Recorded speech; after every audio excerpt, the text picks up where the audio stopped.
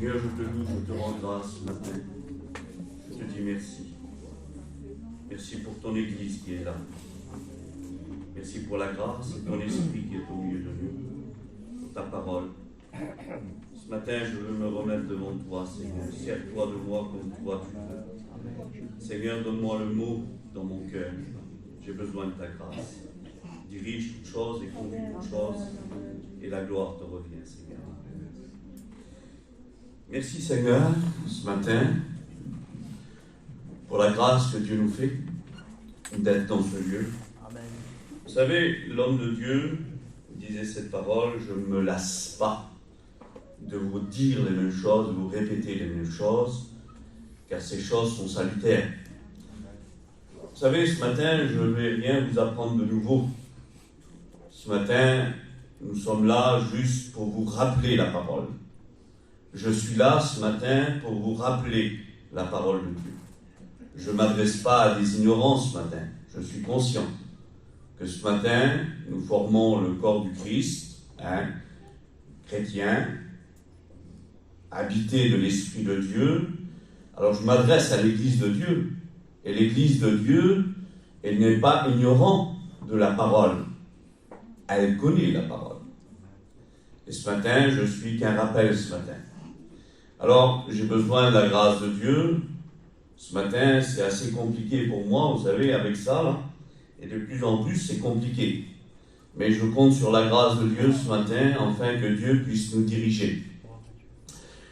Vous savez, Dieu a donné deux choses importantes à l'Église, aux chrétiens, parce que chrétien, c'est l'Église de Dieu. Nous formons le corps du Christ, nous formons l'Église de Dieu.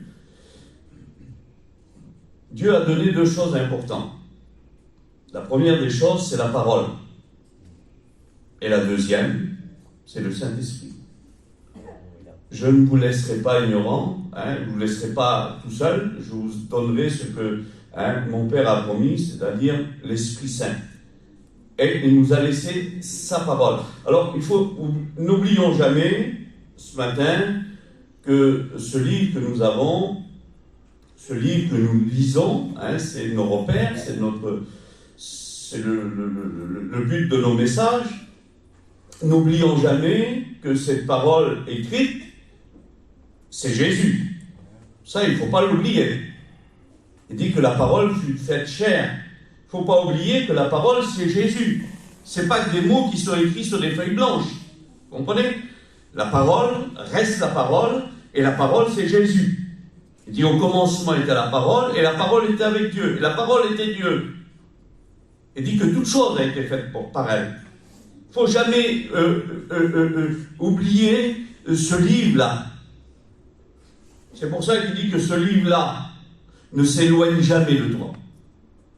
Ne t'éloigne jamais de la parole. Parce que le jour que tu t'éloignes de la parole, tu t'éloignes de Jésus. Alors la parole est quelque chose de très, très important. Et ce matin, comme je l'ai dit, je fais qu'un rappel ce matin. Je suis quelqu'un juste pour vous rappeler les conditions idéales pour servir Dieu. Vous savez,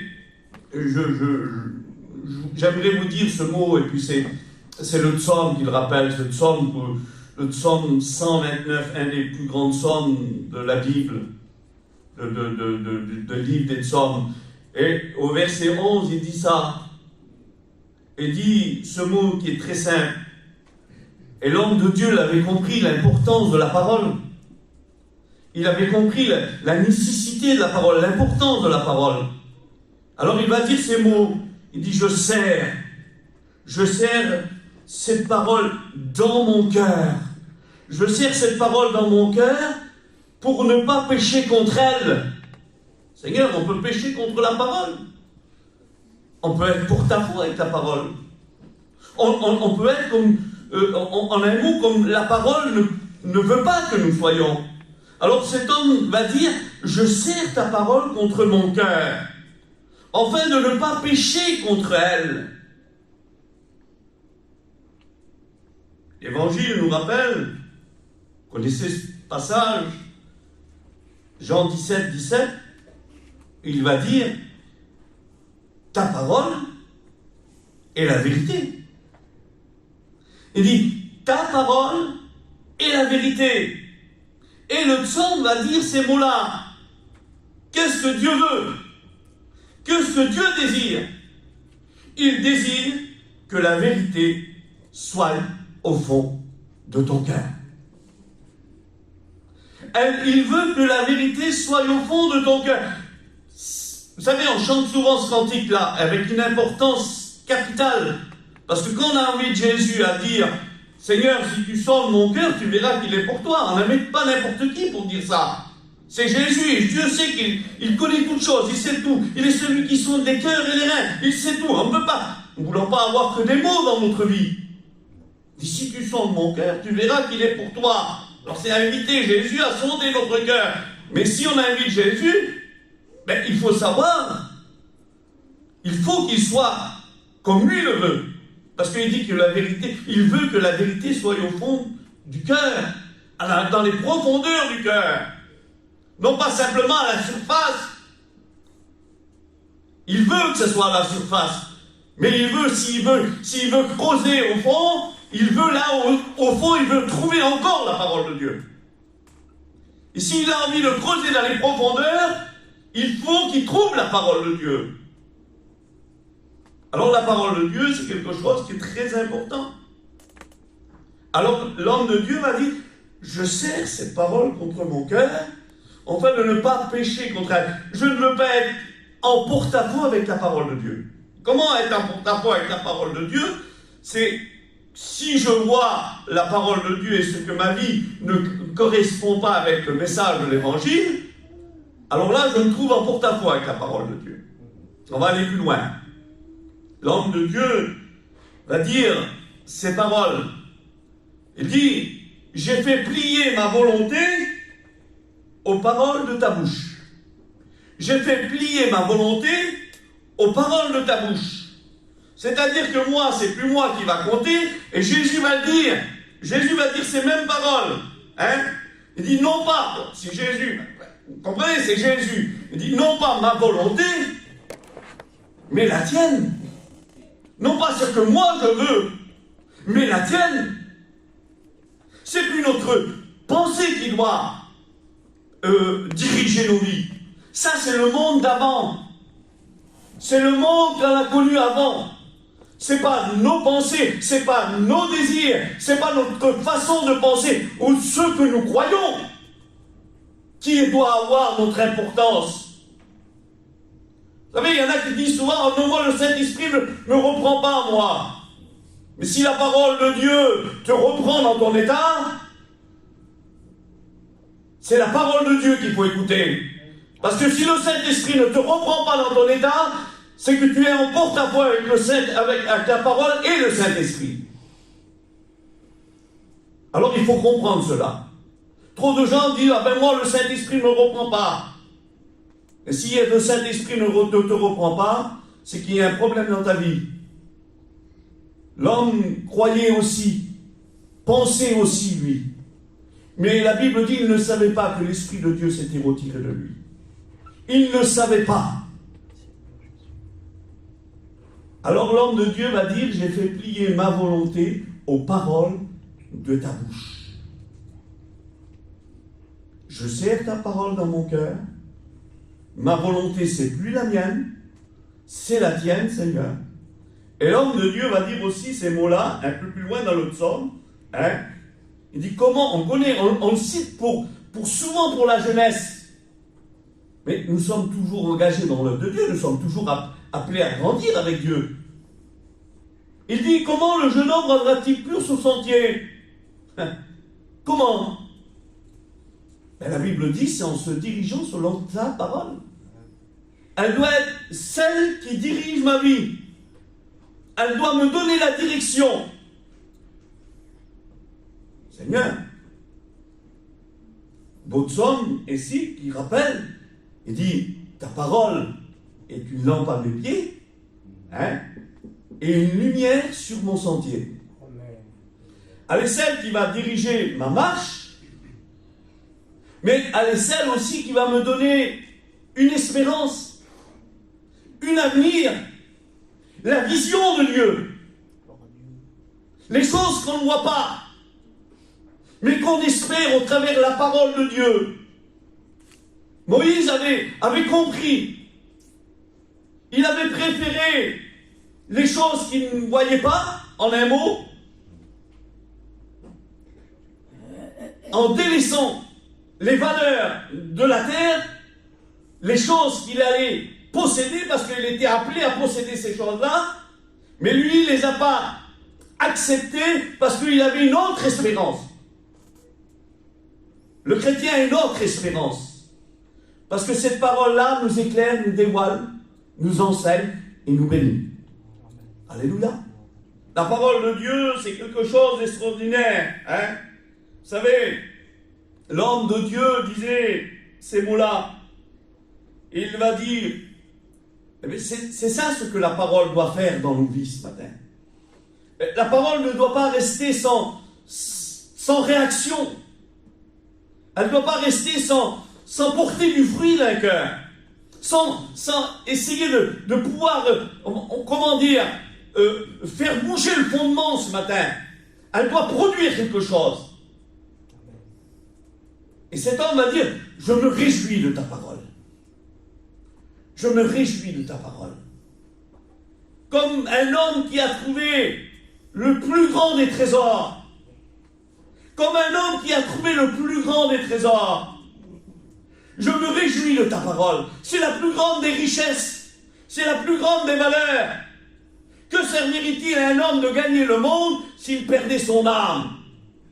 De gagner le monde entier. S'il aurait les richesses du monde entier, à quoi lui servirait-il s'il perdait son âme? Seigneur. Le ciel, la terre passeront, dit la Bible. Mais il dit, mes paroles ne passeront pas. C'est quelque chose, c'est une assurance. Comment on dit ça? C'est de pouvoir, c'est un investissement sûr. C'est quelque chose de sûr. La parole de Dieu. Vous savez, je lis ce verset, je vous rappelle ce verset. L'évangile de Marc, chapitre 13. Hein, j'ai dû le mettre par là. Voilà. L'évangile de Marc, j'ai dû le souligner. Je mélange pas mal de choses. Par rapport au trésor, là je suis obligé de mettre une lunette. Il dit, le royaume des cieux est encore semblable à un trésor caché dans un champ. Regardez l'importance de la parole de Dieu. Il dit que le royaume des cieux est semblable à un trésor caché dans un champ. L'homme qui l'a trouvé le cache. Et dans sa joie, c'est pas une contrainte là. C'est pas une contrainte. Il dit dans sa joie, il va vendre tout ce qu'il a, tout ce qu'il possède, et il achète le champ. Il vend tout ce qu'il a. Dans sa joie, il ne regarde plus. En un mot, il se met à nu, c'est plus rien qui compte. Lorsqu'on a trouvé Jésus, le monde ne nous intéresse plus. Ce qui nous intéresse, c'est le trésor. Alors, vous savez, des fois, on lit la parole de Dieu et puis on se pose des questions. J'ai dit, Seigneur, cet homme, mettez-vous à sa place. Trouvez là où vous vous promenez dans un champ, et puis vous trouvez un trésor. Dans ce coup, vous voyez quelque chose dans le champ là. Vous allez faire quoi? Vous n'allez pas acheter le champ, vous. Vous allez prendre le trésor. Mais avec la parole de Dieu, ça ne marche pas comme ça. Ça ne marche pas comme ça. C'est différent. Cet homme-là n'a pas pris le trésor, mais il a acheté le champ. Pourquoi? Parce que le trésor faisait partie du champ. Le trésor faisait partie du champ. Parce que bien souvent, je réalisais le Seigneur, le Saint-Esprit me rappelait dans mon cœur. Je dis, trop souvent les gens veulent le trésor, mais ils ne veulent pas donner leur vie à Dieu. Ils veulent ce qui les intéresse dans le trésor. Mais le trésor, il va avec le champ, et le champ, c'est ta vie, et ta vie va avec le trésor. Il faut que Dieu ait ta vie pour mettre le trésor. C'est important. Ce matin, vous savez, je lisais ce texte de la parole de Dieu, et je vais le dire avec vous, où c'est un rappel ce matin, je vous l'ai dit, c'est un rappel. Et Jacques fait ce rappel ce matin. Ce matin, je ne voudrais pas vous saouler avec des paroles, et que Dieu me garde. J'aimerais vous faire prendre conscience de la grandeur de la parole de Dieu, du message de l'Évangile. Jacques le rappelle en disant ces mots-là. En disant ces mots-là, ne vous bornez pas à écouter la parole. Ne vous bornez pas à écouter la parole. À l'écouter. Mais il va dire ces mots. Mettez en pratique. Ne vous bornez pas à écouter la parole. Mettez en pratique la parole. La parole, il continue. Et je vais le lire tout simplement, vous allez le comprendre. Jacques, chapitre 1, verset 22. Mettez en pratique la parole et ne vous bornez pas à l'écouter, en vous trompant vous-même par de faux raisonnements. Car si quelqu'un écoute la parole et ne la met pas en pratique, si quelqu'un écoute la parole et ne la met pas en pratique, la Bible dit, il est semblable à un homme qui regarde dans un miroir son visage naturel. Il est semblable à un homme qui regarde dans son son visage dans un miroir, son visage naturel. Et le verset 24 dit, et après s'être regardé, il oublie comment il était. Il y a des gens comme ça, que la parole de Dieu n'a pas d'impact sur eux. Pourquoi je dis ça? Parce qu'ils ont écouté des centaines et des centaines et des centaines de messages, mais leur vie est toujours pareil. Alors on ne porte pas de jugement ce matin. Parce que la Bible nous appelle, on reconnaît un arbre à son fruit. La Bible nous le rappelle, on reconnaît un arbre à son fruit. Et tout arbre qui ne porte pas de bon fruit, il est retranché à un moment ou à l'autre. Nous sommes appelés à porter du fruit, dit la Bible. Et on se reconnaît comme tel. Et des gens écoutent la parole. Ils sont à toutes les réunions. Mais il n'y a pas cette action. Et lorsque le verset 25 nous rappelle, il dit, mais celui qui a plongé ses regards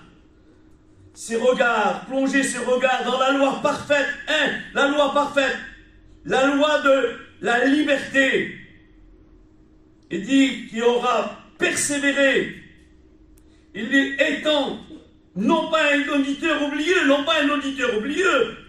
mais se mettant à l'œuvre, comme dit la Bible, se mettant à l'œuvre, alors il dit celui-là sera heureux dans son activité. Ça se voit un chrétien, ça se reconnaît un chrétien. Celui-là sera heureux dans son activité.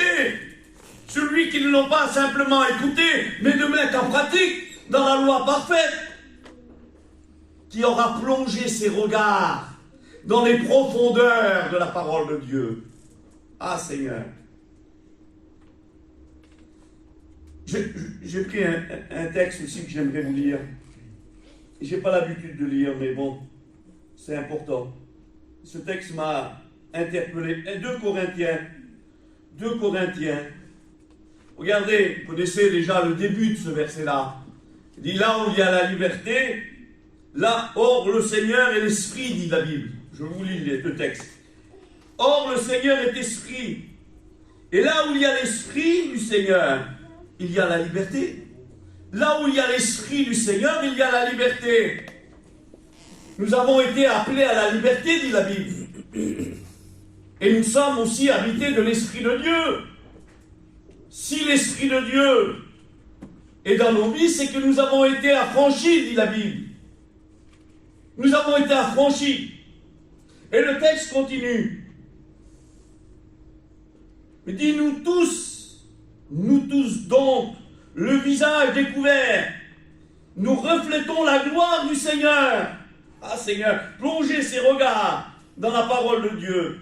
Il dit nous tous, donc le visage découvert, ça se voit, c'est pas caché.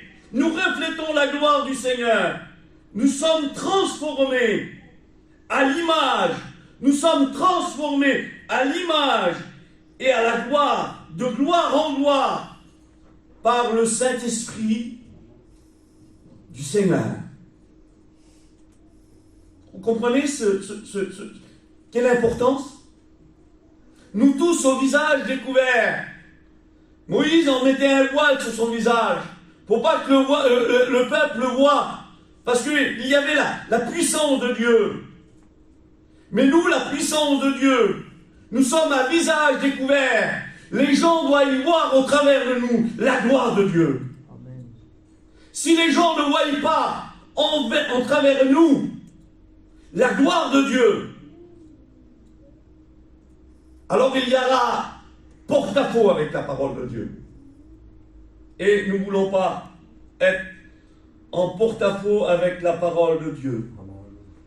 Parole de Jésus. Parole de Jésus. Évangile de Matthieu. C'est Jésus qui parle. Je vous cite la parole de Dieu ce matin. Je vous cite le message de Jésus ce matin. Et Jésus va dire, c'est pourquoi quiconque, je vais prendre le texte, parce qu'il y a une continuité. Je prends le texte avant de le lire. Voilà. Évangile de Marc, chapitre 7, et verset 24. Alors le verset continue, on va le continuer ensemble. Il dit, c'est pourquoi quiconque entend ces paroles que je dis, et les met en pratique. On retrouve toujours ces mots, Seigneur. C'est pas simplement de les écouter, mais ce que Dieu nous rappelle, c'est de mettre en pratique. Et dit, ces paroles que je dis et les met en pratique sera semblable à un homme prudent qui a bâti sa maison sur le roc. Un homme prudent qui a bâti sa maison sur le roc. Celui qui met en pratique. Celui non pas simplement qui écoute, mais qui met en pratique, sera semblable à un homme prudent qui a bâti sa maison sur le roc. On ne bâtit pas comme ça. C'est trop de catastrophes. Un permis de construire, on ne le donne pas pour n'importe quel terrain inondable, où les sols ne se prêtent pas à pouvoir bâtir. Le monde déjà c'est comme ça. Alors, vous avez vu des fois où maintenant certains maires ont donné des permis de construire à des endroits qui étaient inondables et il y a eu des centaines et des centaines de morts, mais ils se retrouvent devant des tribunaux parce qu'ils n'avaient pas à délivrer des permis de construire dans des endroits dangereux. C'est pour ça qu'il dit un homme prudent qui a bâti sa maison sur le roc. Celui qui écoute ces paroles que je dis et les met en pratique. C'est comme ça qu'il est semblable. Alors celui qui n'est pas prudent, Seigneur, alors il va citer Jésus, il va dire, parce qu'il y a les circonstances de la vie quand même. On n'est pas exempt de certains problèmes, certaines difficultés, ou de certaines maladies, certains soucis qui viennent. On est sur la terre. Alors il dit, celui qui a bâti sa maison sur le roc, alors même si les difficultés viennent, la Bible dit, la pluie est tombée, les torrents sont venus, le vent a soufflé, se sont jetés contre cette maison, mais elle n'est point tombée, parce qu'elle était bâtie sur le roc. Alléluia. Les difficultés, les problèmes, les soucis, les tracas, j'ai des tracas, j'ai des soucis, j'ai des pleurs, j'ai des larmes. Mais ma maison est bâtie sur Jésus. Ma maison est bâtie sur le roc. Pas simplement parce que j'ai écouté les paroles, mais plus important, c'est que je les ai mis en pratique. Alors Seigneur, on a toujours besoin besoin de la grâce de Dieu, toujours besoin de s'améliorer avec le Seigneur. Marchons de progrès en progrès, dit la Bible, de grandir avec Dieu, que celui qui est saint se sanctifie encore. L'homme qui n'a pas bâti, celui qui ne met pas en pratique. La Bible dit au verset 26, mais quiconque entend ces paroles, que je dis, quiconque entend ces paroles, il y a l'auditeur oublieux, l'auditeur qui ne prend pas garde, et qui l'écoute simplement. La Bible dit que celui qui est comme ça, il est semblable, j'essaie de le dire bien, et ne met pas en pratique, sera semblable à un homme insensé qui a bâti sa maison sur le sable. Et dit, la pluie est tombée, les mêmes choses sont venues. Mais il dit, cette maison-là a été, elle a tombé, et sa ruine a été grande. Elle n'a pas supporté. Elle n'a pas supporté. Il y en a qui sont, comme on a dit tout à l'heure, une vie avec Dieu superficielle. Quelque chose, juste des mots. Il y a des belles prières des fois. On écoute des belles prières. Prie Seigneur, c'est beau la prière. Un homme disait, donne des ailes à ta prière. Donne des ailes à ta prière. C'est cet homme qui priait pour son peuple, qui était là, un roi avec son château. Il était dans sa grande maison là. Et puis là, il y avait le petit village, ses sujets qui étaient là. Et puis il priait, parce que c'était la famine, c'était tout ce que vous voulez. Il priait pour son peuple. Il priait pour ses gens. Puis sa fille lui a dit ces mots-là, tout simplement. Si j'aurais tes moyens, si j'aurais ce que tu as, j'accomplirais ta prière. Est-ce que vous comprenez? Est-ce que vous comprenez le message? C'est pas simplement de prier. Il y a l'histoire d'une femme aussi qui était dans l'église. Elle priait le Seigneur comme jamais personne priait. Elle avait une prière éloquente. Et elle priait pour son mari, pour son foyer. Elle priait pour eux. Et le pasteur, chaque coup qui se mettait à la sortie, il serrait les mains. Et lorsqu'il voyait cette sœur, il dit que le Seigneur bénisse ton mari, que le Seigneur puisse écouter ta prière. Puis un jour, ce pasteur a eu la décision dans son cœur d'aller visiter ce foyer-là, d'aller voir ce foyer-là. Puis il est rentré dans la maison, la femme l'a fait rentrer, il s'est assis à table, il servait un café, il passait en train de parler, et puis il va commencer à lui dire à cet homme-là, monsieur, si vous saurez combien de fois votre femme prie pour vous. Chaque réunion, elle prie pour vous. Elle prie pour vous.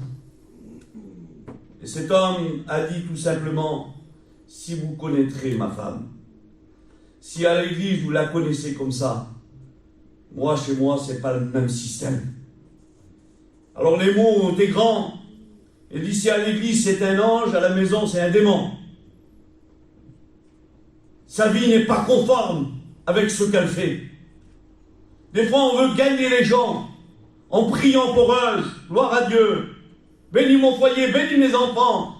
Mais est-ce que nous sommes des modèles autour de nous, en langage, en mots, en paroles? Dieu nous appelle plus loin avec lui. Ne pas simplement se borner, mais en mettant en pratique. Celui qui est semblable à cet homme qui a bâti sa maison sur le roc, lui, il a de l'espérance. Alléluia. Que le nom du Seigneur soit béni. Regardez, Évangile de Jean, il n'est pas tard, je m'embête pas. Évangile de Jean, chapitre 4, verset 50, il dit, cet homme, j'ai pris juste ce mot-là, il dit, cet homme a cru à la parole de Jésus. Il a cru à la parole de Jésus qui lui avait dit. Vous connaissez l'histoire?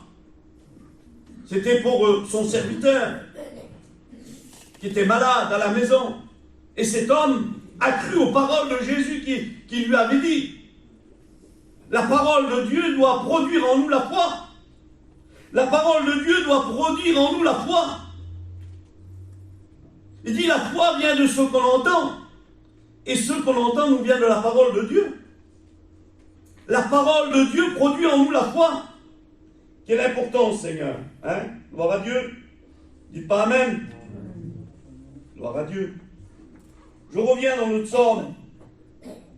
Écoutez ces paroles du psaume 50, verset 17. Toi qui haïs les avis. Alors, ce mot, Seigneur. Alors, j'ai pris notre version. Notre version dit toi qui n'acceptes pas les reproches. Toi qui n'acceptes pas les reproches. Certaines personnes, vous ne pouvez pas leur faire de reproches. Il ne faut rien leur dire. On ne peut rien leur dire. Et dis toi qui n'acceptes pas les reproches. Et pourtant tu viens avec ta parole. Mais je veux rien savoir, moi. Moi je suis bien. Et dis toi qui n'acceptes pas les reproches. Et il continue, il dit tu jettes derrière toi. Tu jettes les paroles derrière toi. Non plus, ta parole est une lampe à mes pieds. L'homme qui n'accepte pas les reproches est semblable à cet homme-là. Cet homme qui jette les paroles derrière lui. C'est pour les autres. C'est pour les autres. Hein? C'est pas moi. Souvent on dit, si tu aurais été là, comment le Seigneur t'aurait parlé? On voit toujours la parole de Dieu pour les autres. Mais Dieu ne parle pas aux absents, il parle au présent. C'est avec nous qui sommes ici. C'est nous ici ce matin. La parole de Dieu est un miroir. Il y en a que c'est des rétroviseurs. Ils voient toujours les autres derrière. Elle n'est pas un miroir. Il y a une différence avec. Pourtant, il y a un reflet aussi dans le rétroviseur. Mais le rétroviseur ne nous concerne pas. Il concerne les autres. Le miroir nous concerne. Et trop souvent, les gens voient la parole pour les autres. Lorsqu'elle est acceptée. Parce que on les prend les paroles et on les jette derrière nous. Alors le verset continue, hein, il ne s'arrête pas là. Toi qui jettes les paroles derrière toi, il dit tu te plais, lorsque tu vois un voleur, tu te plais avec lui. Il y en a comme ça. Et voilà les conséquences de cet homme-là. Tu vois un voleur et tu te plais avec lui. Tu es en bonne compagnie avec lui. Tu partages avec lui. En un mot, il dirait qu'il n'y a pas de différence. Il n'y a pas de différence. Tu te plais avec lui, où c'est que j'étais? Je ne sais plus où j'étais, tiens. Voilà, on va continuer là. Tu te plais avec lui. Et dit, tu t'assis et tu parles contre ton frère. Tu reprends la parole et tu la jettes derrière toi. Alors, regardez le verset, vous allez trouver encore d'autres choses. Cela se trouve dans le psaume, je vous dis le verset, le psaume 50, verset 17. Regardez, j'ai pris ce qui, voilà. Tu t'assis, tu parles contre ton frère. Quelle médisance des fois. Quelle médisance. On aime bien parler sur les autres. J'arrête là. Et puis, le verset continue. Il dit, et voilà, et c'est Dieu qui parle. Il dit, voilà ce que tu es. Voilà ta position. On a parlé de la parole de Dieu dans les miroirs. Ce matin, il est bien de se voir et de se corriger ce matin. Et ne vous inquiétez pas, je me regarde aussi, moi, dans la parole de Dieu. On se regarde aussi. Et dit, voilà ce que tu es. Voilà ce que tu es. Voilà ta position. Et je me suis tu, dit Dieu. Voilà ta position. Tu prends les paroles, lorsque tu vois un voleur, tu te plais avec lui. Lorsque tu médites contre ton frère. Et voilà ce que tu es. Et je me suis tu. Et on croit que c'est bien. Et le verset continue. Et il va dire, mais tu t'imagines? Est-ce que tu t'imagines? Tu t'es imaginé que je te ressemblais? Tu t'es imaginé que tu te ressemblais, que je te ressemblais. Est-ce que vous comprenez ce matin? Il y en a qui se disent chrétiens, et leur vie n'est pas conforme à la parole de Dieu. Mais ils se disent chrétiens. Petit Christ. Tu vis comme ça? Tu es comme ça? Il y a le silence de Dieu. Tu as cru que je me citais, et tu as cru que je te ressemblais. Tu te dis chrétien. Mais si tu n'es pas conforme à la parole de Dieu, et le texte continue, hein? Mais la Bible dit, c'est un avertissement la parole de Dieu. C'est un avertissement. Trouvez le livre de la Genèse, la première parole à l'homme que Dieu va dire, c'est un avertissement. Le jour où tu en mangeras, tu mourras. Le jour où tu en mangeras, tu mourras. Dieu avertit. Dieu avertit encore ce matin. Dieu t'avertit encore ce matin de ta position. Mais il va dire, mais je vais te reprendre. Je vais te reprendre. Je vais te reprendre. La parole de Dieu te reprend ce matin. Et je vais mettre tout devant tes yeux. Ah. Il n'y a rien de caché qui doit être découvert, dit la Bible. Je vais te reprendre, hein, et je vais mettre tout devant tes yeux. Que le Seigneur le fasse ce matin. Hein? Alors, la Bible donne des conseils. Elle donne des conseils. On donne des conseils à nos enfants. On donne des conseils à ceux qu'on aime. Nous sommes des enfants, Dieu nous aime. Et Dieu nous donne des conseils. C'est des conseils encore ce matin. Pas là pour juger, condamner. C'est des conseils, la parole de Dieu.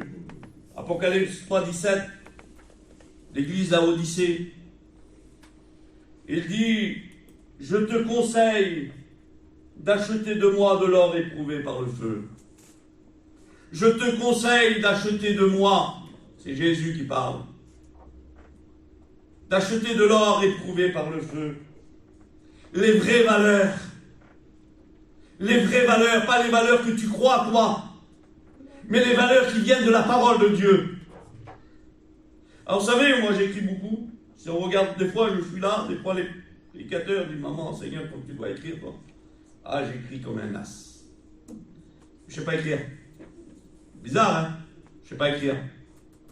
Alors je copie beaucoup et je ne sais pas écrire. Et c'est tout comme ça. Je ne sais pas écrire un mot. Heureusement qu'il y a le Seigneur qui nous bénit. Hein? Le Seigneur a fait parler un âne, il est bien capable de nous faire parler à nous. On n'est pas à la hauteur. Alors maintenant, c'est bien, parce qu'avant j'avais la Bible, j'avais 36 livres à côté de moi. Alors pour essayer de faire une note, alors je prenais mot par mot que je trouvais des fois dans le livre de Cantique, je savais que... Alors j'écrivais pour pas me tromper. Alors maintenant, quelque chose qui est pas important, Seigneur, c'est mon téléphone. Alors je lui parle et il me répond écrit. Alors je copie. Alors je fais pas mon message, c'est pas le téléphone, vous comprenez? Mais quand j'ai besoin d'un mot ou d'écrire une note, je lui dis ce que moi je veux écrire et il me sort quelque chose. Alors j'étais là et je voulais écrire ce mot-là. C'est simple pour quelqu'un qui sait écrire. Les vraies valeurs. Mais je ne sais pas l'écrire moi. Alors je le dis dans mon téléphone. Et Google me donne ce mot-là. Et puis mes yeux ont porté sur les... Alors je vous le dis tel que je l'ai lu, parce qu'il y a une chose qui est donnée. Il dit les 10 valeurs humaines les plus importantes. Alors moi, j'ai juste voulu copier ce mot-là, et puis cette chose-là m'a interpellé. Et ça, c'est le téléphone, sur le plan humain. Hein? Les 10 valeurs humaines les plus importantes. Les plus importantes dans la vie de quelqu'un, dans la vie d'un homme ou dans la vie d'une femme. Ben, les valeurs les plus importantes, ah ben, c'est ça là. Alors moi j'en ai trouvé 8 dessus. Moi j'ai tapé ça, j'ai trouvé ça. C'est une continuité. Alors la première valeur c'est le respect. La deuxième c'est l'amour. Bizarre Seigneur, le monde. Les valeurs déjà que le monde vont citer lorsqu'ils vont parler de valeurs. La deuxième c'est l'amour. La troisième c'est la liberté. La quatrième c'est la justice. La cinquième, c'est la tolérance. La sixième, c'est l'équité. La septième, c'est la paix. Et la huitième, c'est la responsabilité. Déjà, dans cette chose-là, il y a deux fruits de l'esprit, l'amour et la paix. Que Galates nous rappelle, l'amour et la paix. Et le respect. Croyez-vous qu'un chrétien, une chrétienne, c'est une personne de respect? Il a du respect pour les autres. C'est pas quelqu'un qui est égoïste. Un chrétien, une chrétienne, c'est quelqu'un qui a du respect. Alors nous ne parlons pas d'amour. Hein? La liberté, on a parlé de la liberté. Croyez-vous qu'un chrétien, c'est pas quelqu'un qui a été appelé à la liberté? Qui n'est plus attaché aux choses de la terre? Il a la liberté, la justice. Est-ce qu'un chrétien, une chrétienne n'est pas une femme et un homme de justice? Pas d'injustice. La tolérance. Non pas la tolérance au péché, hein, comprenez? Non pas simplement la tolérance. Mais il y en a qui ne tolèrent personne dans leur vie. C'est que leur vie, c'est juste leur pensée qui va compter. Ils ne s'adaptent pas. Vous savez, il y a quelque temps, il y a bien des années, je travaillais à Barsac, dans le château, et je regardais ces murs de pierre. Ces murs de pierre, vous en trouvez dans toutes les villes, là. Parce que, apparemment, avant, c'était des terrains très, avec beaucoup de pierres. Alors, les gens qui ont planté il y a des années, ces vignes-là, il a fallu qu'ils enlèvent ces pierres de la terre pour planter de la vigne, parce que c'était impossible. Alors, comme ils ne savaient pas quoi en faire, ils en ont fait des murs. Et ça servait. Ils en ont fait des murs. Alors, c'est pas des parpaings, là, hein, c'est des pierres. Parpaing, c'est différent. Maintenant, on fait des parpaings pour faire un mur. Chaque parpaing a la même dimension, la même largeur, la même hauteur. On ne peut pas se tromper. Sauf si c'est moi qui mente. On ne peut pas se tromper. Mais la différence avec les pierres, c'est qu'il n'y en a aucune qui fasse la même taille. Il y a des grosses, des petites. Et je regardais. Il n'y en a aucune de différent. Mais ceux qui tiennent le mur, ceux qui les tiennent ensemble, c'est le ciment qui a autour. Il n'y en a aucun qui est différent les uns des autres. On appelle ça la tolérance. Il n'y en a aucun qui est différent. Tout le monde est différent. Chacun a son caractère. Chacun a ses propres pensées. Chacun pense ceci ou cela. Mais la différence, ce n'est pas ce que nous pensons. C'est que le Saint-Esprit nous unit ensemble. C'est ça. Et c'est ça qu'il doit avoir. Je vais essayer de passer vite. J'ai un petit quart d'heure pour finir. La tolérance. Hein? L'équité. L'équité. Vous savez ce que ça veut dire, l'équité? C'est de faire un. Ne pas dire à quelqu'un, c'est comme ça. Des fois, on a tendance à dire à quelqu'un, tu sais mon frère, c'est comme ça et comme ça. Mais à quelqu'un qu'on estime un peu différemment, et puis des fois, il y a de l'intérêt derrière. On ne va pas lui dire à lui. Pourtant, il est dans la même condition. Mais lui, on ne va pas lui dire, parce que peut-être qu'il va le prendre mal, et puis après... Mais l'équité, c'est je te dis à toi, et je te dis à toi. La parole, c'est ça. Il n'y a pas de préférence dans la parole de Dieu. Amen, hein? La paix et la responsabilité. La paix, Seigneur, un chrétien, c'est un homme de paix, c'est pas un homme de guerre. Vous comprenez? L'Église, c'est Jimmy qui disait ça. C'est une colombe, c'est pas un corbeau. Lorsque Noé va lâcher le corbeau va plus revenir. Mais lorsqu'il va lâcher la colombe va revenir avec une branche d'olivier. On retrouve cela dans certaines, hein, la branche d'olivier, l'unité, voilà. C'est le symbole de la paix. C'est le symbole de la paix. Parce qu'il a su maintenant que l'eau était retirée et qu'il pouvait descendre de l'arche, que tout avait recommencé. C'est quelque chose de nouveau. Tout avait reparti. c'est une colombe. Il y a plusieurs reines, plusieurs concubines, plusieurs fiancées. Salomon nous rappelle, mais il dit une seule est ma colombe. Une seule. C'est ce que nous devons être. C'est que la représentation de l'Église n'est pas ce que vous voulez. C'est une colombe. C'est pas une tourterelle, c'est pas un ramier, c'est pas un pigeon. Non. C'est une colombe. Et c'est celle que j'ai choisie. Ce matin, la parole de Dieu reste un rappel. Hein? Reste un conseil. C'était une parenthèse. Je reviens sur le message. Enfin, sur le message, ça fait partie. Je continue le livre de l'Apocalypse. Hein? Il nous rappelle déjà le psaume. Je mettrai tout devant tes yeux.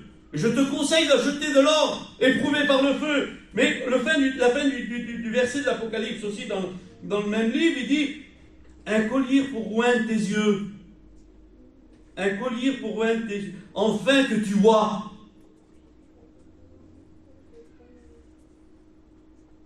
Est-ce que tu n'aurais pas besoin ce matin de ce collier pour oindre tes yeux?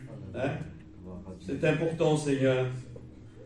Alors, on cite tout ça. Et puis le livre de l'Apocalypse va dire ces mots.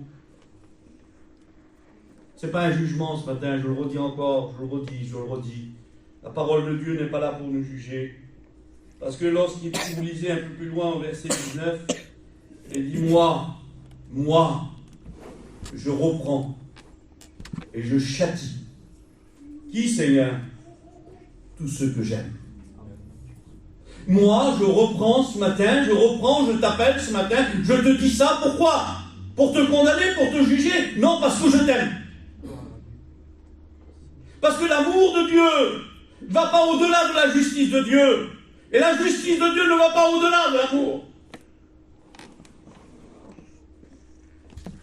Des fois, ma justice à moi, elle est faussée. Des fois, on fait justice, mais ça ne va pas. La justice de Dieu, elle est droite. Dans le monde, quelqu'un qui est juge et si c'est son fils ou quelqu'un qui connaît, il n'a pas le droit de juger parce que sa justice va être faussée. J'écoutais l'autre jour des gendarmes, c'est vrai que ça ne se fait pas, mais la logique du gendarme ne doit pas recevoir de quelqu'un de l'argent ou des biens. Parce que s'il a un problème, sa justice peut être faussée. Vous avez vu il y a quelque temps en arrière, où un homme politique devait se présenter même pour les élections, mais à cause qu'il avait reçu des costumes, il n'a pas pu se présenter parce qu'il ne pouvait pas estimer être jugé bien, parce qu'il y avait de la tolérance et de l'injustice. L'amour de Dieu ne remplace pas la justice. Ils vont ensemble. Amen. Regardez, je lis pour vous ce verset, pour vous rappeler l'importance.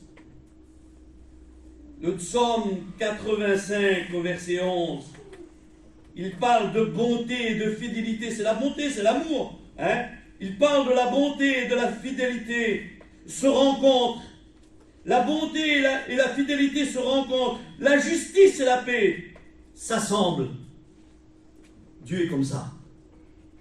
Dieu est amour et Dieu est justice. Il dit, le verset 12, la fidélité germe sur la terre. C'est nous, les chrétiens. La fidélité germe sur la terre et la justice regarde du haut des cieux. La justice regarde du haut des cieux. L'œil de Dieu te voit, il te connaît. Nous sommes appelés à grandir avec Dieu. Nous sommes appelés à germer avec Dieu. Alléluia. Que le nom du Seigneur soit béni. Je vais essayer de passer vite.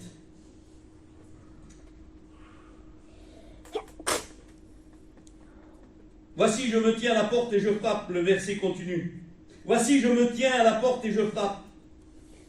Voilà ce que Dieu fait ce matin. Voilà ce que Jésus fait ce matin. Alors on cite souvent dans l'évangélisation ce texte-là. Mais n'oublions jamais, et j'aimerais vous le rappeler ce matin, qu'il est adressé à une église. Je me tiens à la porte et je frappe. Jésus n'est plus à l'intérieur, Jésus est à l'extérieur. Et il frappe ce matin. Il frappe à la porte de ton cœur.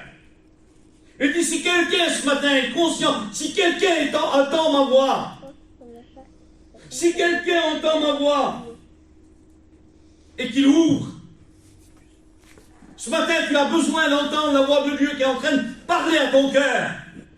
Mais tu as besoin aussi de rouvrir la porte en disant, Seigneur, reviens. Parce que trop longtemps je t'ai laissé à l'extérieur. Trop longtemps j'ai fait ce que moi je voulais, ou ce que moi je pensais. Ce matin, la parole de Dieu nous rappelle ce matin. Si quelqu'un entend ma voix, si quelqu'un entend ma voix, eh bien qu'il ouvre la porte. Et que la Bible dit, qu'est-ce qu'il va faire? Il va rester devant la porte, il va avoir une discussion avec toi? Non. Il dit, je rentrerai chez lui et je souperai avec lui et lui avec moi.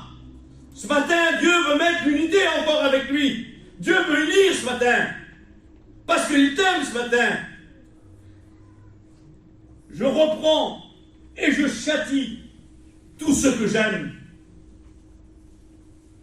Reprends-toi et donc un zèle. Et donc du zèle et reprends-toi. Prends une décision ce matin.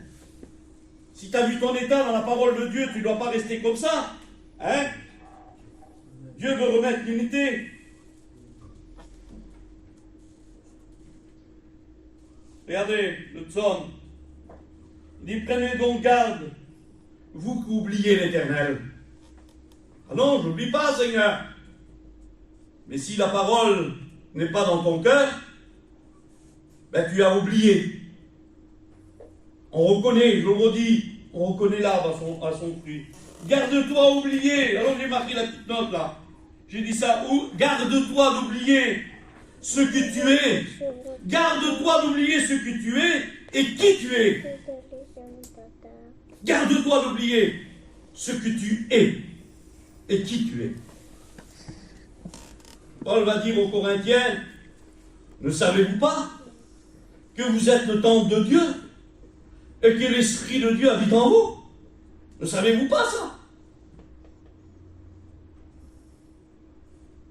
Pas d'impureté dans le temple de Dieu. J'écoutais l'autre jour un juif, peut-être que je l'ai dit là, mais ça m'a béni ça. Ça m'a béni. C'est pendant les fêtes de lumière, c'est une des fêtes juives, la fête des Lumières. Alors il y avait les Romains et puis ils devaient faire la fête des Lumières. Et il fallait qu'il y avait tant d'huile qui devait pourvoir à tous les lampes qu'il y avait dans le temple. Et il y en avait des dizaines. C'était des grosses cuves remplies d'huile. Et chaque jour, au matin jusqu'au soir, ces lampes brûlaient. Et puis le chandelier aussi brûlait. Et puis les Romains sont venus pour souiller le temple. Alors l'histoire nous disait, ce juif-là, l'histoire dit qu'ils n'ont pas venu et tout cassé dans le temple. Ils n'ont pas tout cassé dans le temple. Ils n'ont pas tout détruit, ils ont laissé tout intact. Mais ce qu'ils ont fait, ils ont pris leur doigt et l'ont mis dans l'huile. Dans l'huile qui servait pour éclairer les chandeliers. Et les Juifs ne pouvaient plus se servir de cette huile-là, parce qu'elle avait été souillée. Des fois, c'est pas grand-chose. Vous savez, l'ennemi ne vient pas des fois avec grand-chose. Ils n'ont pas venu avec grand-chose. Le temple était là. Les chandeliers étaient là. Tout était là. Mais l'huile était souillée. Et ils ne pouvaient plus se servir. Alors l'histoire nous dit qu'un homme, un des Juifs, avait une petite fiole avec un peu d'huile. Et le miracle de Dieu s'est accompli. L'histoire nous dit que le miracle de Dieu s'est accompli.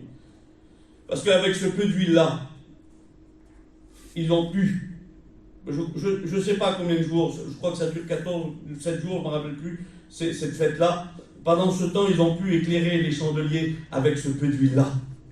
C'est une histoire, des histoires d'huile. Gardons cette huile-là. La vraie huile. Vous êtes le temple du Saint-Esprit. Amen. Gardons l'unité de la parole de Dieu. Garde-toi d'oublier l'Éternel. Lorsque tu mangeras, dit l'homme de Dieu, je finis vite. Seigneur, je ne vais pas finir vite. Garde-toi. Regardez, dans le psaume, non pas le psaume, Deutéronome, il est question d'Israël, là, qui était dans le désert. Et dans le désert, ils buvaient un rocher. Le rocher les suivait. Ils attendaient la manne. Ils dépendaient de Dieu. J'ai une chaleur sur moi, là, incroyable. Vous n'avez pas chaud? Je mets les pieds. Commence à transpirer, là. Ils étaient et puis dépendaient. La manne tombait. Et puis, il dit, garde-toi d'oublier l'Éternel lorsque tu seras rentré dans la terre que Dieu... Parce que, il dit, c'est la terre que je vais vous donner, c'est là qu'il va couler le lait et le miel. C'est une terre d'abondance. C'est une terre d'abondance. Mais il dit, lorsque tu seras rentré, lorsque tu mangeras et que tu seras rassasié, garde-toi d'oublier l'Éternel. Vous savez que l'abondance, de foi, nous fait oublier Dieu. Il y en a certains qui ont oublié Dieu à cause de l'abondance, à cause de leur travail. Ils ont rentré dans un piège, dans un système. Ils croyaient. Et puis l'abondance, à cause de cette abondance-là, on ne les voit plus dans les réunions. Et je vais même plus loin, pardonne-moi Seigneur. Je ne suis pas là pour critiquer, mais c'est la vérité, vous le savez. Certains même serviteurs de Dieu, à cause de l'abondance, à cause de leur travail, à cause de certaines choses, ils ont oublié ce qu'ils étaient. Vous savez, avant d'être serviteur de Dieu, on est chrétien avant tout. On est chrétien avant tout, on est enfant de Dieu avant tout. Le ministère nous a été donné, mais dans notre vie, nous sommes chrétiens, nous sommes sauvés par grâce. Garde-toi, lorsque tu seras installé, il y a des gens qui s'installent. Dieu. Alors j'ai marqué là, ah Seigneur, je vais essayer d'aller très vite, très vite, très vite. Écoutez, ce que j'ai marqué là. J'ai marqué ce mot-là. Des fois, on se trouve dans des situations et on se demande pourquoi. Ah Seigneur.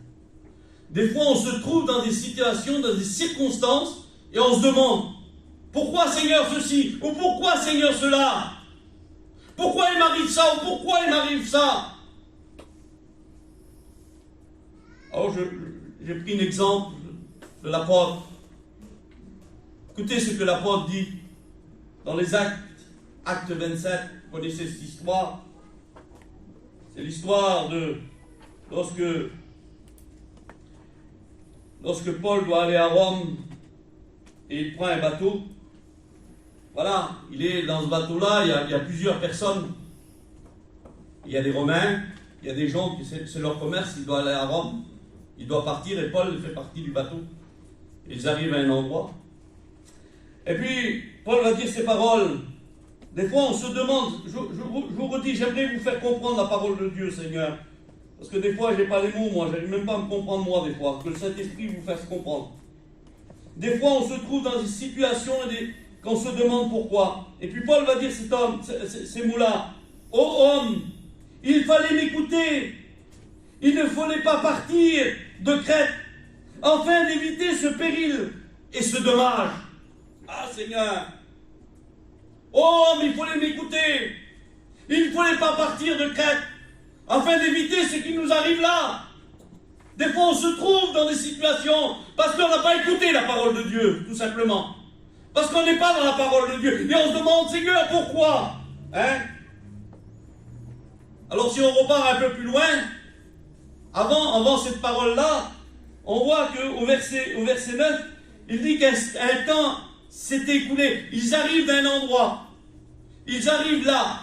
Ils se mettent là. Et puis un temps assez long. Un temps assez long. Des fois, il y en a qui viennent déroutiner dans la foi, dans la vie chrétienne. Et lorsqu'ils sont routinés, ils croient que tout leur est permis. J'aime bien l'histoire que Tarzan nous disait lorsqu'on était aux études. Il nous racontait par rapport à cela. Il dit un jour j'ai voulu rentrer chez moi, dans mon terrain à Paris. Voilà, je vous le dis comme il nous l'avait dit. Je voulais rentrer chez moi avec ma caravane. Puis j'avais l'habitude de rentrer par là. Et puis lorsque je suis rentré au mois de septembre, lorsque j'ai voulu rentrer, j'ai vu un sens interdit. La route était barrée, j'avais plus le droit de rentrer là. Mais mon terrain n'était pas loin. Mais je ne pouvais plus rentrer là. Alors je pensais, il faut faire tout le tour. C'était embêtant, il fallait faire tout le tour pour revenir dans l'autre sens. Mais dit, lorsque j'ai regardé le panneau, et dit en bas, j'ai vu un petit panneau, sauf aux riverains. Vous avez vu des fois, hein? Par nous, l'autre jour, il y avait ce panneau-là, parce qu'ils étaient en travaux. C'était interdit, rue barrée, pas le droit, pas le droit. Mais il y avait ce panneau-là, sauf aux riverains. Et comme nous, on habite là, on pouvait y aller, on pouvait passer. Et lorsqu'on habite dans le droit, on ne peut pas être sanctionné. Alors on rentre, on le fait. Et il disait, il y a beaucoup de chrétiens comme ça, que la parole leur dit interdit. Mais comme ils sont routinés dans la foi, ils sont devenus des riverains. Et ils se croient tout permis. La parole de Dieu reste la parole de Dieu. Elle reste le message. Comprenez? Un temps assez long. Hein? Il dit, c'est pourquoi Paul avait averti, on continue, verset 11. Il dit que le centenier écouta le pilote et le patron du navire plutôt que les paroles de Paul. Des fois, on entend les ordres, des fois. Des fois, c'est les ordres aux certaines choses qu'on veut mettre. La Bible dit, si un ange, il dit, si nous-mêmes, Paul dit, il dit, si nous-mêmes, même nous ce matin, il dit, même si un ange du ciel viendrait vous apporter un autre évangile de ceux qui vous avaient reçus, qu'il soit anathème, qu'il soit un maudit, la vraie évangile reste la vraie évangile. Ces hommes-là avaient écouté plutôt les paroles de Paul, ils avaient écouté le pilote du navire et le patron du navire, celui qui dirigeait. Ils avaient écouté. Hein? Parce que le port, dit la Bible, le port n'était pas bon pour passer l'hiver. Ah Seigneur, le port n'était pas bon pour passer l'hiver. Il y avait un intérêt énorme là. Il y avait un intérêt énorme. Et là, il dit que plusieurs furent d'avis à quitter l'endroit là. Des fois, on entraîne même avec nous certaines personnes lorsqu'on n'écoute pas la parole de Dieu. Et on entraîne des fois certaines personnes qui sont plus fragiles. Or que la Bible dit que vous êtes forts. Elle dit supportez les faibles. Et on entraîne dans le système. Avait entraîné dans le système ces gens-là, plusieurs, parce que plusieurs tuent la vie, parce qu'il y avait un intérêt. Il est important, Seigneur. Alors ils vont avoir quelque chose qui va aller un peu les encourager de la nature. Parce qu'ils croient que c'est un signe des fois. Des fois dans notre misère, on a un signe. La nature nous fait montrer. Mais dans leur système, il dit qu'un léger vent souffla. Un léger vent du vin et souffla. Commence à bégayer. Alors quand je bègue, il n'y a plus rien qui sort. Amen. Un léger vent du sud vers a soufflé. Ah, quelle grâce. Vous savez, des fois, l'autre jour il faisait chaud, des fois, des petits courants d'air. Ah, c'est bien. Hein? Après, ces gens-là, on a un signe du ciel, là. Et il y en a comme ça. Parce que quelqu'un vient et lui dit, mais c'est pas conforme. Alors on a un signe, on marche comme ça. Et le verset, je vais vite parce que, hein, embêtant. Verset 13, un peu plus loin. Se croyant maîtres de leur destin. Se croyant maîtres de leur destin. Il y en a comme ça. Il semblerait que rien leur peut leur arriver. Hein? Alors une autre version. Ils pensaient que leur projet allait se réaliser. Parce que c'était un système de commerce. Il faut qu'on quitte là, on ne va rien gagner, on va passer l'hiver là, on ne va pas manger. Il faut pas qu'on reste là. Faut aller plus loin. Et puis le ciel nous envoie un signe. Il y a un léger vent qui se lève. Il faut partir, il faut y aller. Mais il dit que bientôt, c'est plus pareil là. C'est plus un léger vent. J'ai dit tout à l'heure, des fois on se retrouve dans des situations et on se demande pourquoi. Lorsqu'on n'écoute pas la parole de Dieu, lorsqu'on ne dirige plus nos vies comme la parole de Dieu, lorsqu'on ne sert plus la parole de Dieu dans nos cœurs, lorsqu'on ne fait pas plier notre volonté à la parole de Dieu, et lorsqu'on croit certaines choses, lorsqu'on pense certaines choses, eh bien, il dit bientôt un vent impétueux se leva. Et ils vont se trouver dans une situation catastrophique. Catastrophique. Parce qu'ils n'avaient pas écouté la parole de Dieu. Combien de gens se sont retrouvés dans ces situations à cause qu'ils n'avaient pas mis en pratique ou fait attention à la parole de Dieu. Un vent, une tempête va se lever. Et dit, le navire fut entraîné sans pouvoir lutter. Il y en a qui ne luttent plus dans leur vie chrétienne. Ils sont à la dérive. Ils ont fait, dit la Bible, naufrage par rapport à la foi. Naufrage par rapport à la foi. Et ils se retrouvent dans des situations. Et ils se demandent pourquoi. Regarde dans le miroir de la parole de Dieu. Regarde, plonge tes regards dedans. Dans le message de la parole de Dieu. Et mets ta vie en parallèle. Est-ce que tu es comme la parole de Dieu te l'enseigne, ou est-ce que tu es en porte-à-faux avec la parole de Dieu? Il y avait beaucoup à dire ce matin. Ils vont à la dérive. Ils ne savent plus où ils vont. Alors l'homme de Dieu, il y a toujours, vous savez, il y a toujours, je le dis souvent, je le dis, il y a toujours des redémarrages avec le Seigneur. Ce matin, il ne veut pas te laisser comme ça. Je châtie, moi je châtie, et je reprends celui que j'aime. Hein? Qu'est-ce que l'homme de Dieu va dire? Et qu'est-ce que je vous dis ce matin? L'homme de Dieu disait, je vous exhorte, prenez courage. Ta situation n'est pas désespérée ce matin. Ta situation n'est pas désespérée ce matin. Tu peux repartir avec Dieu. Parole de Jésus, qu'on connaît tous, cette parole de Jésus à Bartimée. Prends courage. Ce matin, je t'ai dit, prends courage, lève-toi. Jésus t'appelle. Que veux-tu? Que veux-tu? Que je retrouve la vue. Je te conseille d'acheter un collier pour tes yeux. Que je retrouve la vue. Trop longtemps, tu vois avec ta vision à toi, et non avec la vision de la parole de Dieu. Et ce n'est pas ta vision qui est l'important, c'est la vision de la parole de Dieu. Je finis avec ce mot.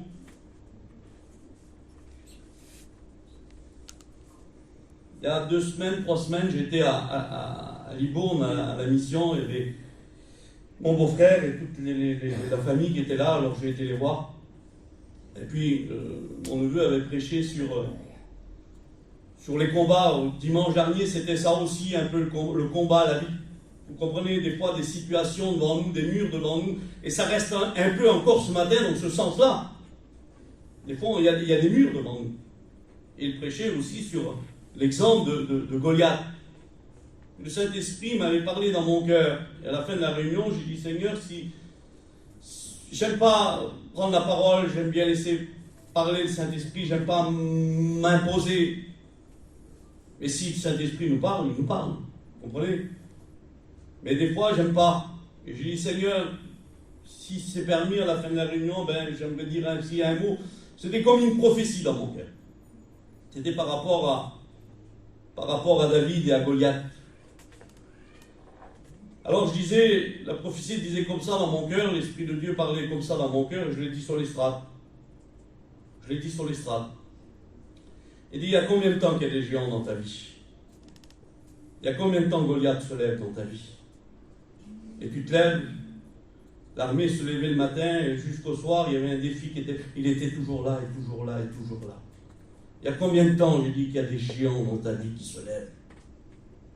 Il y a combien de temps? Il y a longtemps, il y a combien de temps que tu demandes?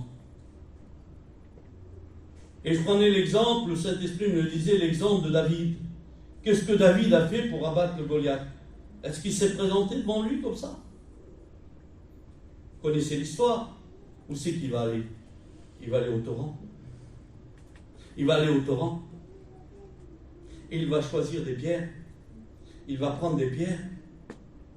C'est un torrent. Essayez de chercher des pierres au milieu de l'eau.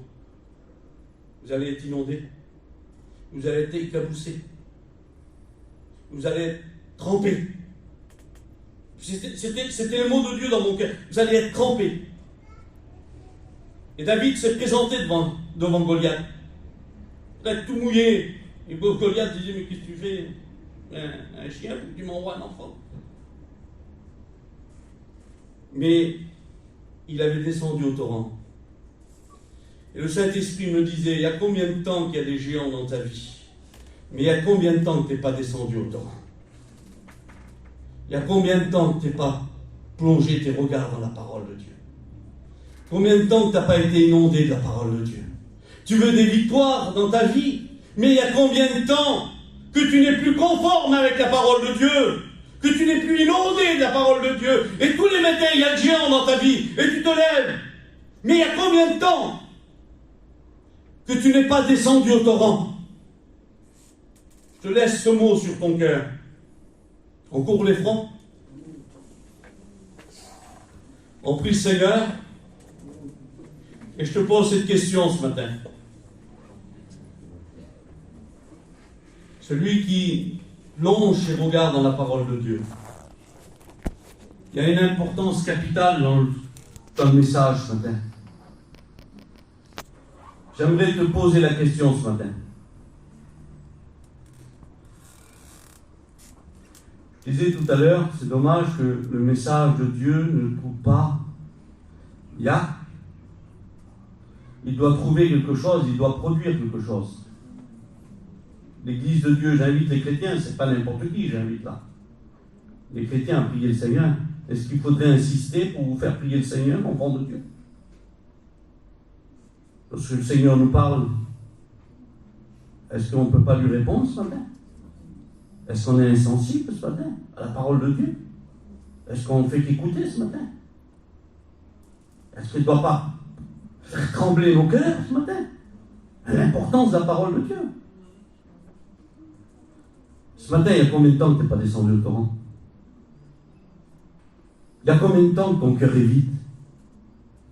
Il y a combien de temps que tu es dans le problème? Et que tu te poses des questions? Il y a combien de temps, comme ces gens-là, vous savez, la Bible dit que le soleil n'avait pas paru pendant plusieurs jours. Ils ne voyaient plus la lumière. Ils ne mangeaient même plus. Ils avaient couché, il n'y avait plus rien. Il y a combien de temps que tu es comme ça? Il y a combien de temps que tu es dans la tempête?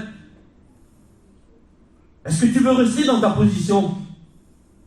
Est-ce que le message de Dieu n'a pas parlé dans ton cœur ce matin? Réfléchis ce matin à ta vie. Prends ta vie et mets-la en parallèle avec la parole de Dieu. Si tu es conforme à la parole de Dieu, merci Seigneur. J'ai des progrès à faire aussi, moi. J'ai des progrès à faire aussi avec Dieu. Mais il y a combien de temps que tu n'as pas descendu au torrent? Et ce matin, j'aimerais te donner l'occasion de prier pour toi. J'aimerais te donner l'occasion de prier pour toi. Il y a combien de temps que la parole n'a pas béni ta vie? Il y a combien de temps que la parole n'a pas rempli ton cœur? Elle a rempli tes oreilles. Ah, tu l'as écouté. Mais ça n'en a resté là. Elle n'a rien produit en toi. Elle ne produit rien en toi. Parce que tu es toujours dans la même situation. Ta vie est toujours pareille. Lorsque tu sors de l'église, c'est toujours pareil. Il y a combien de temps que ton cœur n'a pas été rempli? Laisse faire agir le Saint-Esprit dans ton cœur ce matin. Je ne voudrais pas insister ce matin. Mais j'aimerais te faire prendre conscience. Lève ta main là où tu es, je vais prier pour toi. Est-ce que tu es inondé de la parole de Dieu? Est-ce que tu voudrais qu'on prie pour toi ce matin? Si tu descends tous les jours, toutes les minutes au torrent, ben gloire à Dieu pour toi. Mais s'il y a longtemps que tu n'as pas descendu au torrent, lève ta main, je vais prier pour toi. Gloire à Dieu. Gloire à Dieu. Il y a des mains, il y a des besoins ce matin. Est-ce qu'il y a d'autres personnes? Gloire à Dieu. Est-ce que tu ne voudrais pas descendre au torrent ce matin? Laisse-toi remplir de Dieu. Laisse-toi remplir du Saint-Esprit. Laisse-toi remplir de la parole. Serre-la dans ton cœur ce matin. Jésus t'a parlé ce matin. Je fais une dernier appel, on prie le Seigneur. Est-ce qu'il y a une autre personne? Excusez-moi, j'ai peut-être été long. Est-ce qu'il y a une dernière personne? Gloire à Dieu. Gloire à Dieu. Jésus t'invite. La parole t'invite. Vous savez ce que dit la Bible? Que Dieu résiste aux orgueilleux. Mais il fait grâce aux humbles. Il y en a qui sont orgueilleux dans leur vie chrétienne. Orgueilleux. Et leur situation, vous savez pourquoi? Parce que leur situation leur plaise. Ils aiment cette vie chrétienne, sans contrainte. Cette vie chrétienne qui ne les empêche pas. Vous savez ce que le monde appelle ça? Un religieux. Et un religieux ne rentre pas dans le royaume des cieux. C'est l'enfant de Dieu qui rentre. Parce que Dieu fait grâce aux humbles. Mamie, tu pries le Seigneur pour ceux qui ont levé la main?